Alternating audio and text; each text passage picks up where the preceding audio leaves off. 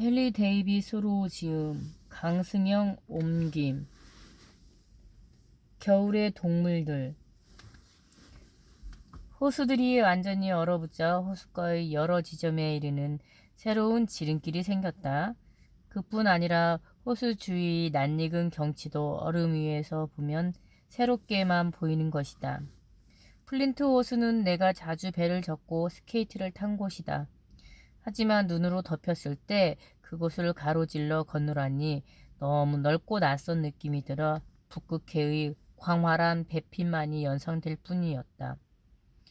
이 눈 덮인 평원의 끝에는 링컨 마을 주위 산들이 솟아있는 모습이 보였는데 내가 과연 전에 이 지점에 선 일이 있었던가 하는 생각이 들었다. 얼음 위라서 거리를 제대로 측정하기 힘든 위치에 있는 낚시꾼들은 늑대처럼 생긴 개들을 데리고 어슬렁거리며 돌아다니고 있었다. 그 모습이 물개 사냥꾼이나 에스키모 같이 보였으며 안개가 조금이라도 낀 날에는 무슨 옛 이야기에 나오는 이상한 사람들처럼 보였는데 그들이 거인인지 난쟁이인지 여자인지 남자인지 구별할 길이 없었다.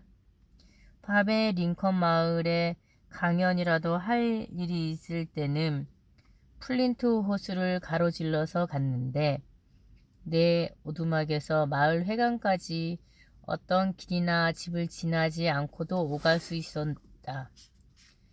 그 마을에 나는 가는 도중에 있는 구스 호수에는 한 대의 사양쥐들이 살고 있었다. 그들은 얼음 위에 집을 지어놓고 살았는데 내가 지나갈 때 밖에 나와 있는 놈은 하나도 없었다. 얼든 호수는 다른 호수와 마찬가지로 눈이 와도 대체로 잘 쌓이지 않거나 엷은 눈이 산발적으로 쌓이기 때문에 내게는 앞마당과도 같았다. 사방 천지에 2피트 정도의 눈이 쌓여 있고 마을 사람들도 길만을 겨우 이용하고 있을 때 나는 호수 위를 마음대로 돌아다닐 수 있었다. 마을의 거리에는 멀리 떨어지고 눈샘래의 방울소리도 어쩌다가 들리는 이 호수 위에서 나는 썰매를 타거나 스케이트를 탔는데 호수의 주변에 눈의 무게로 휘거나 고드름이 잔뜩 매달린 떡과나무들과 그나마 소나무들이 가지들이 뻗어나와 있어 마치 사슴들이 눈을 잘 밟아 만들어 놓은 거대한 사슴 농장에 와 있는 기분이었다.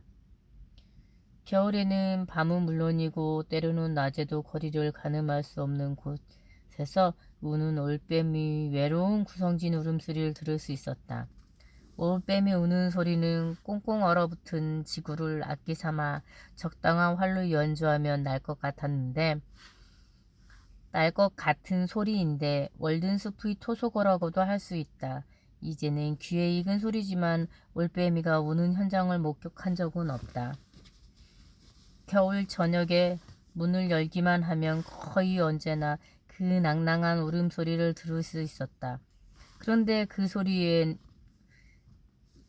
어떤 때에는 안녕 우엉 안녕 우엉 하면서 인사라도 건네는 것처럼 들리기도 하고 그냥 우엉 우엉 하는 소리로 들리기도 했다.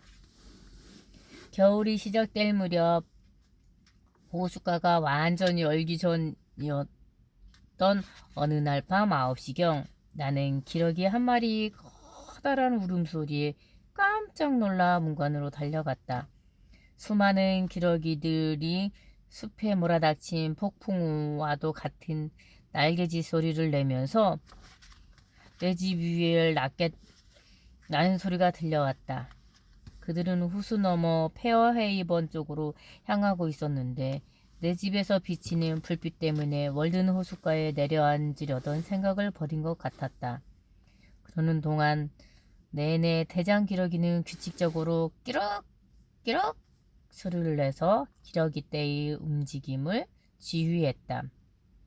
그런데 그때 갑자기 내 집이 아주 가까운 곳에서 올빼미 한 마리가 내가 들어본 이 숲에 사는 새들의 울음소리 중 가장 크고 날카로운 소리로 대장 기러기의 울음소리에 규칙적으로 간격으로 응답하는 것이 아닌가?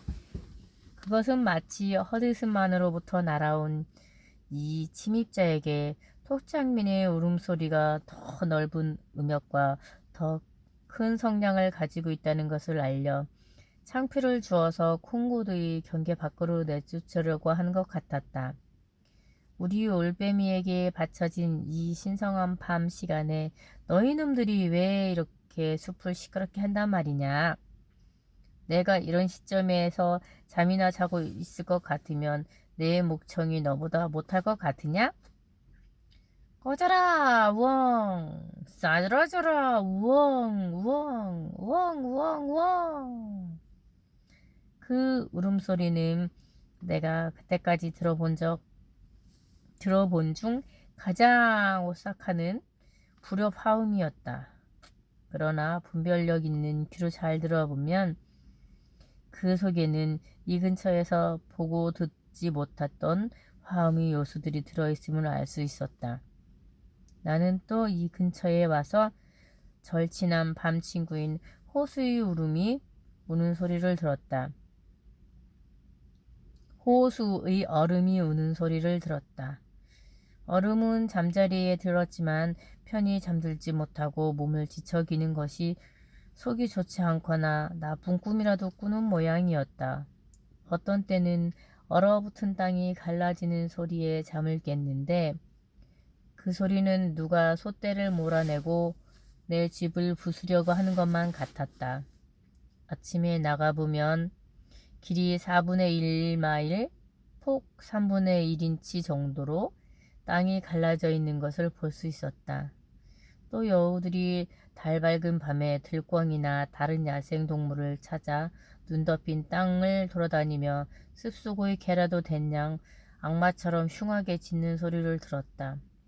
여우들이 그런 모습을 무슨 불안감에 쫓기거나 표현하고 싶은 것이 있는 것 같았다. 그들은 빛을 찾아 헤매며 차라리 개가 되어 길거리를 마음대로 달리고 싶어하는 것 같았다. 사실 우리가 긴 세월을 놓고 보면 인간들 사이에서 그러하듯 짐승들 사이에서도 어떤 문명의 진화 과정이 진행되고 있는 것이 아니겠는가. 나는 여우들이 방어의 자세로 굴 속에 살면서 인간으로서의 변신을 기다리는 원초적인 인간들처럼 여겨졌다. 이따금 여우 한 마리가 내 집의 불에 이끌려 창문 앞까지 왔다가 나를 보고 깽깽깽 짖고 숲속으로 사라지는 때도 있었다. 대개 나는 이른 아침에 붉은 다람쥐들 때문에 잠을 깼다. 이 놈들은 지붕 위에 벽 아래를 다름질치며 돌아다녔는데 나를 깨우려고 일부러 누가 숲속에서 보낸 것만 같았다. 겨울에 나는 종종 문 밖의 눈 위에 덜 여문 채로 거두어들인 옥수수를 반부실쯤 던져놓고 그것에 유혹되거나 다가오는 동물들이 동작을 지켜보며 재미있는 한 때를 보냈다. 해질 무렵과 밤에는 토끼들이 항상 와서 옥수수를 배불리 먹고 갔다. 붉은 다람쥐들은 하루 종일 오가며 매우 흥미있는 수법으로 옥수수를 공략했다. 처음에 다람쥐는 떡갈나무 건목들이 있는 데로부터 조심스럽게 접근했다. 옥수수들이 놓여있는 눈 근처에 와서 바람에 날리는 나뭇잎처럼 팔짝팔짝 뛰어오르는데 이쪽으로 몇 걸음 저쪽으로 몇 걸음 마치 내기라도 건 듯 놀라울 정도로 빨리 뒷다리를 움직여 달리지만 한꺼번에 2미터 이상 앞으로 나가지는 않았다.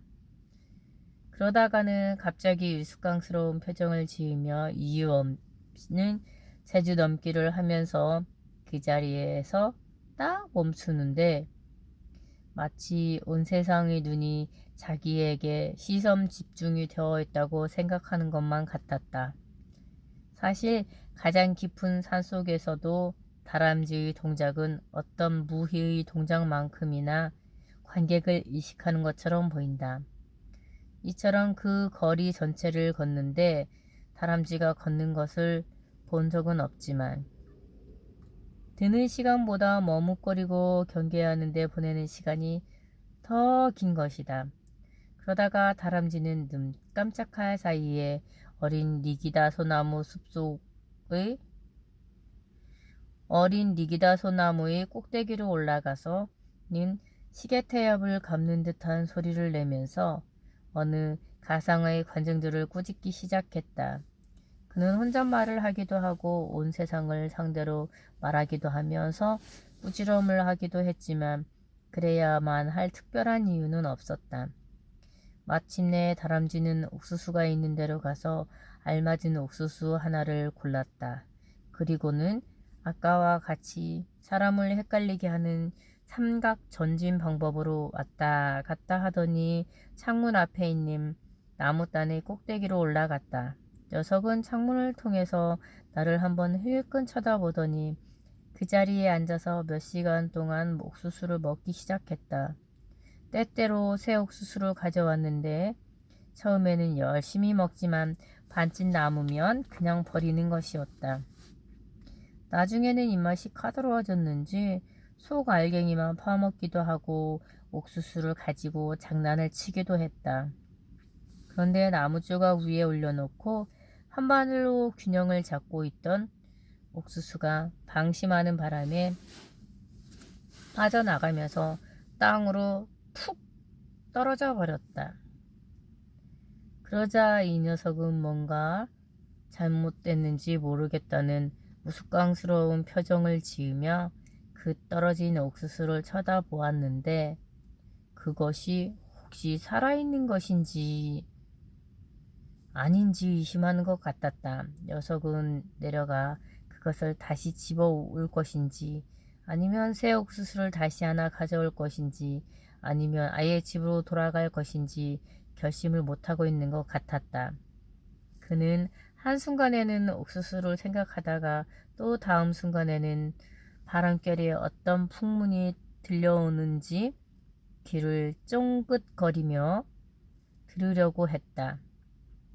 이런 식으로 이 건방진 꼬마는 오후 한때에 수많은 옥수수를 낭비하는 것이었다.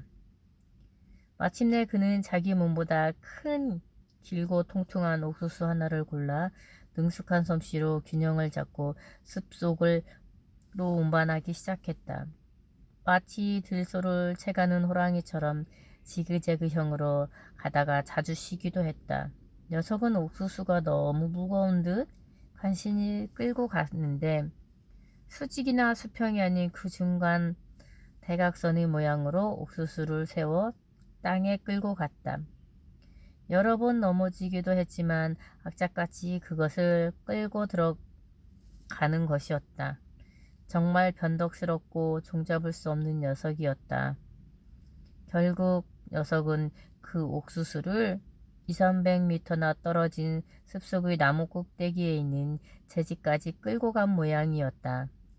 나중에 나는 숲속 여러 군데에 옥수수 속대가 흩어져 있는 것을 발견하였다. 드디어 어치들이 도착했다. 이 새들의 귀에 거슬리는 울음소리는 아까부터 들려왔는데 그들은 8분의 1 마일 밖에서부터 조심스럽게 다가오고 있었다. 어치들은 나무의 눈을 피하듯 이 나무에서 저 나무로 옮겨 날며 살그머니 다가와서는 다람쥐들이 떨어뜨린 옥수수 알갱이들을 채간다. 그리고는 니기다 소나무의 가지에 앉아서 옥수수 알갱이를 통째로 급히 삼키려고 하지만 너무 커서 목구멍에 그만 걸리고 만다. 온갖 고생 끝에 알갱이를 목구멍에서 빼어낸 어치는 1시간쯤 주둥이로 그것을 쪼아서 잘게 부순다. 어치들은 분명히 도둑새들이므로 나는 이들에게 별로 호감이 가지 않는다. 그러나 다람쥐들은 처음에는 수줍어하지만 곧 옥수수가 자기네 것인 양 거리낌 없이 행동하는 것이다. 한편 박새들도 때를 지어 날아와서는 다람쥐들이 떨어뜨린 알갱이들을 물고는 가까운 나무 가지 위로 날아가 자리를 잡았다. 알갱이를 발톱으로 꽉 잡고 그것이 마치 나무 껍질 속에 든 벌레인 양 주둥이로 쪼아서는 그들의 작은 목구멍에 들어갈 만큼 잘게 부순다. 박새는 매일 몇 마리씩 날아와서는 나무따를 쌓아놓는 데서 먹을 것을 찾거나 문간에서 부스러기를 주워 먹었다. 박새의 울음소리는 풀숲의 맺힌 고드름을 서로 부딪힐 때 나는 희미한 짤랑짤랑 소리 같다. 그러나 어떤 때는 기운차게 대대대 하고 울기도 하고 날씨가 봄날처럼 따뜻할 때는 여름에 그렇듯이 피피피 피피피 하고 우는 소리가 숲 근처에서 들려오기도 했다.